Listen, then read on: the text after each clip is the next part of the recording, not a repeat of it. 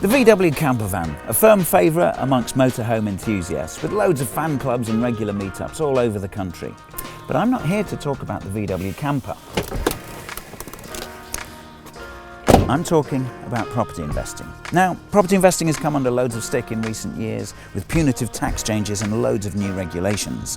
The media would tell you that buy-to-let is dead and that any investment in a property is a money pit and we should steer well clear.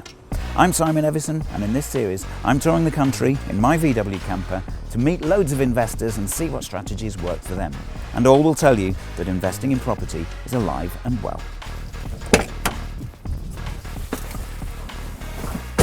Yeah, that'd be great. If you can take some time to show us your investment area, that'd be really cool. Today? No, I need to get my media team with me up from London. You kind of have your media team with you right now. Apparently they're here. Okay, see you in 10 minutes. Cool, bye.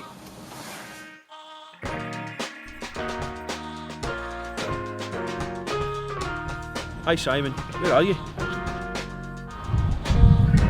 Right boys, I'm here. I do. Hop in.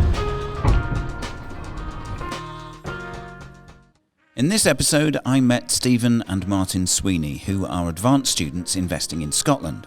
Their careers before property were in marketing and retail, and in 2016 they attended their first 3-day training weekend.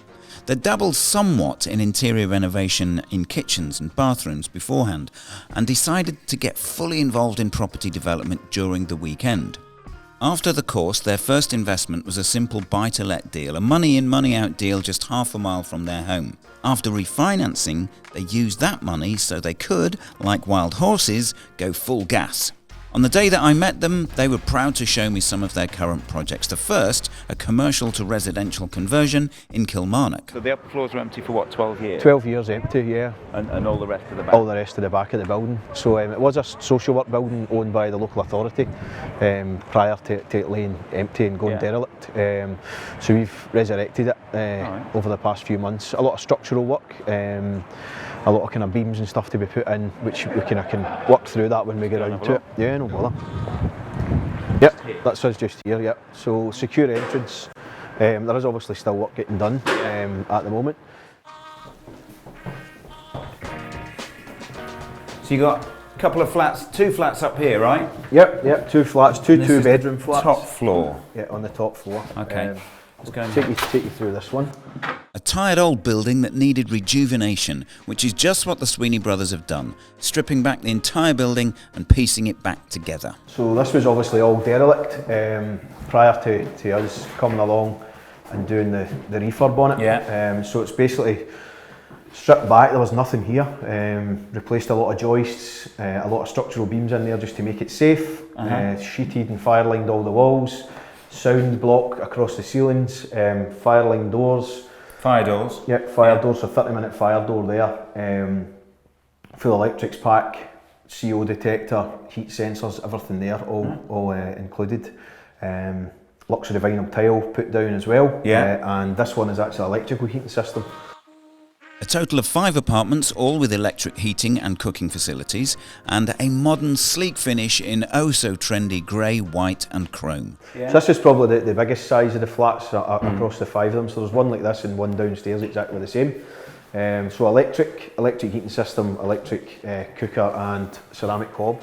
New double glazing windows throughout that comply with local planning regs, and they also elected for a durable luxury vinyl floor brand that's harder wearing than laminate and in my opinion looks more appealing. The team working for them are very efficient, as Martin explained. So this is the bottom floor, which is two flats, exactly the same, carbon copy of up the stairs. Right. However, it's just not as further on as the other ones.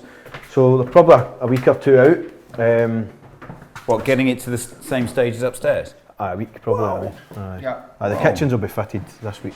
The brothers are doing a great job bringing this building back into use. Now this type of property, however, it's not the first type of project a novice should get into from the start. The brothers have got loads of experience now. The next property on our tour of Lanarkshire and Kilmarnock is a solid refurb a novice should get into at the beginning. This one is an ordinary home for ordinary people. It's going to give them another income stream and add to their existing portfolio. On the way, we talk to angel investors. So these investors, these are your angel investors who help you fund the properties, right? Yeah. And where did you find them? How did you gather all of these investors together? To get the investors, I think initially we had spoke to kind of friends and family. We had generated an investors booklet on our investment area, and some of the deals we had live, and some of the deals we had done before. And just putting it out there and speaking to people. We also met a fellow student at one of our first courses who, as a fellow Scotsman, kind of bonded straight away. On to Scotland! Hey! Oh! And then find the haggis! And then ended up funding one of the deals outright. So it was a flip property where we purchased. Took us maybe, I kind of chipped away for about 3 months to get the deal to the price that we wanted. Just having the patience to do it. Got the money lined up for the refurb and the purchase, and the guy who's now a very close friend, I funded the deal and the refurb, and we sold it. We done the refurb pretty quickly and sold it within about 6 weeks, and we raised about 40 grand profit on it. So that paid our fees outright, which was good, and gives you faith in the actual process and the courses and everything we had invested in. Ooh, this looks like a nice one. Lovely. So this is one of your bread and butter properties. Yeah. Buying these types of properties gave them their financial freedom figure in the first place, and the freedom also to quit work and move on to the big development properties. And this one will give them a tidy cash flow when it's refurbished and put on the market. We should net out probably between 300 and 350, something like that, after costs and mortgage fees and letting agency fees. So, yeah. I mean, front and back door, so we buy these all day, every day, and this is what we hunt down. So this is what you're still constantly doing on top of all the developments.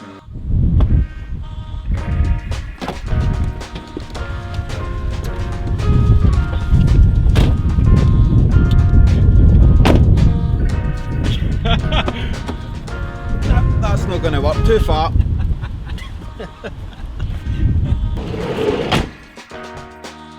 Back in the van, we talked about offers and how to get regular deals. Obviously you need to have all those offers out, having your offer board out, 40 offers on the table or 50 offers to get the right one. As you start networking and speaking to like-minded people and getting involved in the events that are locally and speaking to your agents, then quite often they'll start to come back to you. As long as you're buying and you're not a tire kicker, if you're buying, they see that and they'll come to you with deals.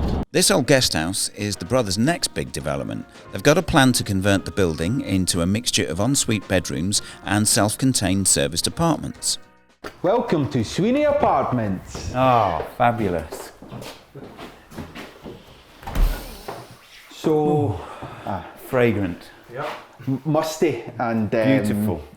yeah, interesting. So I like what you've done with the place. It's you know, it's got a certain, I don't know. Je ne sais quoi. Yes. We're keeping the wallpaper and I'm desperate to see. this Come is on. actually going in the floors. This is the new carpet. Yeah. You Oh, can nice. see. Okay.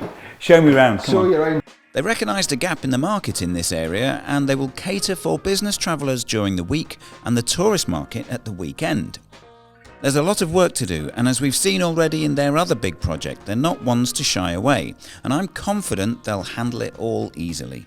Bit of structural work up here that's getting sorted out, so we're strengthening a beam in here. This is going to give us 9 ensuited serviced rooms. Right. Monday to Friday will be business use. Yeah. That's just going to be that's two rooms, so this will be a room with an ensuite, a room with an ensuite. Yeah. There's also going to be a small kitchen and cooking facility in each room. Mm-hmm. So there's actually 5 rooms and 4 apartments. So this will be classed as an apartment.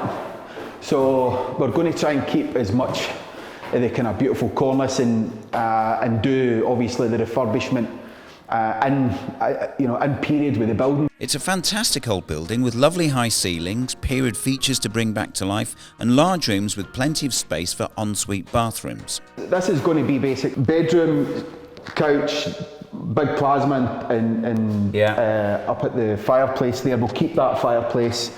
We're going to be putting a kitchen, small kitchen in here, and this will be a partition wall. So this area will be the bathroom.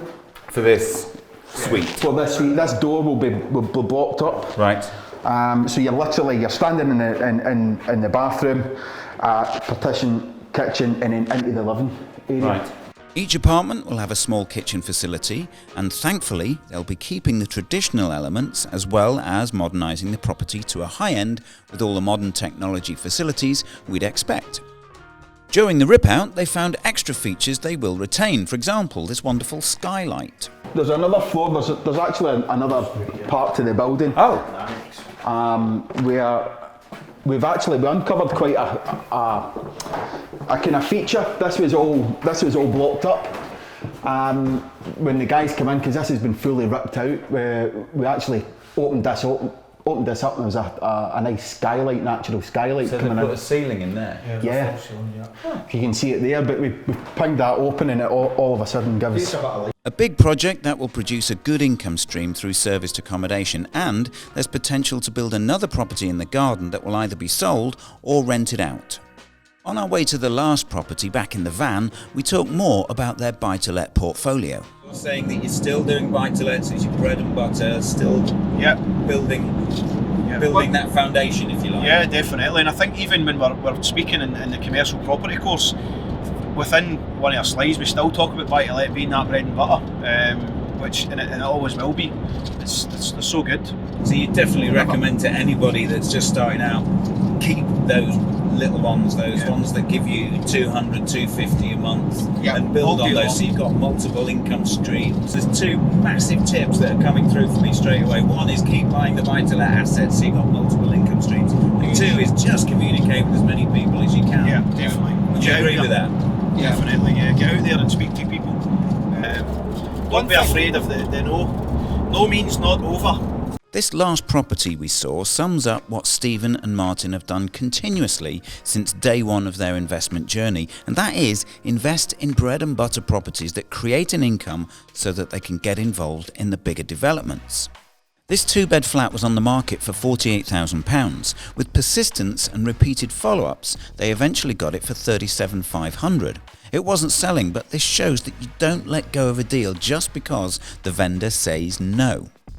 Having refurbed it, spending only £8,500, they have just signed a new tenant who will pay £450 per month, and after mortgage, management and monthly operating expenses, this little flat will give them a monthly cash flow of £286. Having also just refinanced and pulled out all of their money, it's an infinite return on investment. So I'm going to iterate this again. You're getting loads and loads of buy-to-lets, but you're still doing the big shiny penny developments. Yeah. Because I think just like the buy-to-lets are always going to give us money in the bank, but the exciting stuff, just naturally, I suppose you're always seeking something better, something bigger. Although described by one of their mentors as wild horses, Martin and Stephen reined themselves in the beginning and paid attention to the training and listened to their mentors. And they've built a prosperous property investment and development business, all underpinned by a solid buy-to-let portfolio. Join me next time when I'll be heading south from Scotland to Gateshead to look at another Asset Academy student putting into practice what they were taught and building a business by doing the basics well.